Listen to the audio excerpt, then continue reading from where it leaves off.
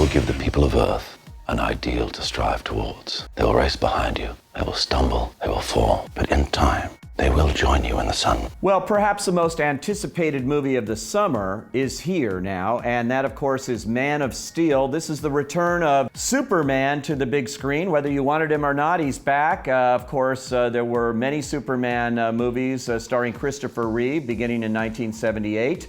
And then they revived Superman in 2006 with Superman Returns. Director Bryan Singer did that with Brandon Routh as Superman. That one didn't quite take off, didn't quite soar the way the studio hoped, but along came Christopher Nolan with his Batman trilogy, and they successfully revived Batman. So Christopher Nolan got involved as a producer on the new Superman, and Zack Snyder, who's best known for 300 and also a lot of movies that I really didn't like, has taken over as the director. So you have this powerhouse team reinventing Superman, and what they've done really is go back to the basic backstory of Superman. This movie opens on the planet Krypton, and we see the birth of what is to be Superman. It's an incredible backstory that we see with the General Zod, played by Michael Shannon, and Superman's father, Jor-El, played very nicely by Russell Crowe in this.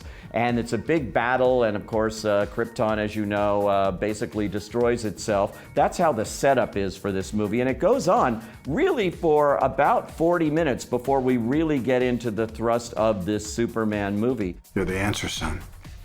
You're the answer to are we alone in the universe? Can I just keep pretending I'm your son? You are my son. I really enjoyed the backstory, seeing it all happen here. I think the movie basically starts to fall apart when the battles begin on Earth, but I'll get to that. First, let's talk about Superman himself.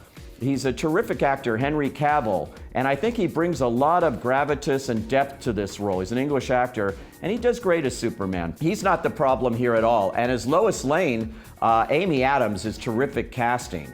But I'm missing the whole dynamic between the two of them that was so beautifully done in the first Superman with Christopher Reeve and Margot Kidder. It seems like this Superman is much darker, much noisier, much more interested in the sci-fi, the backstory elements of the Superman myth, as it were. How do you find someone who has spent a lifetime covering his tracks? For some, he was a guardian angel. For others, a ghost who never quite fit in.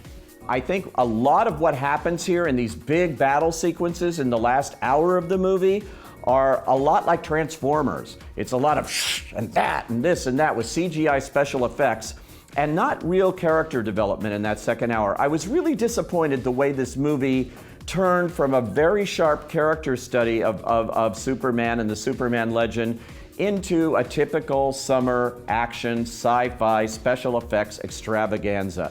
Now that is probably why everybody's gonna run to see it and will love this movie because that's what we've been conditioned to like with our summer movies. But I think it's a little too much. I don't think the problem here is Christopher Nolan, who did so brilliantly with the Batman films and has produced this film, and this film has great production values. I think the problem is more the sensibilities of the director, Zack Snyder, who did 300, yes, and that was a hit, but he also did Sucker Punch, his most recent film, and that movie was just interminable to me and all over the place.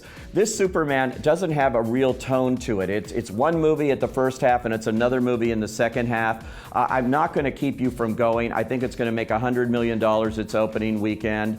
It is almost a movie that you have to go see for yourself. So I say, in that case, go, but for me, it's a no.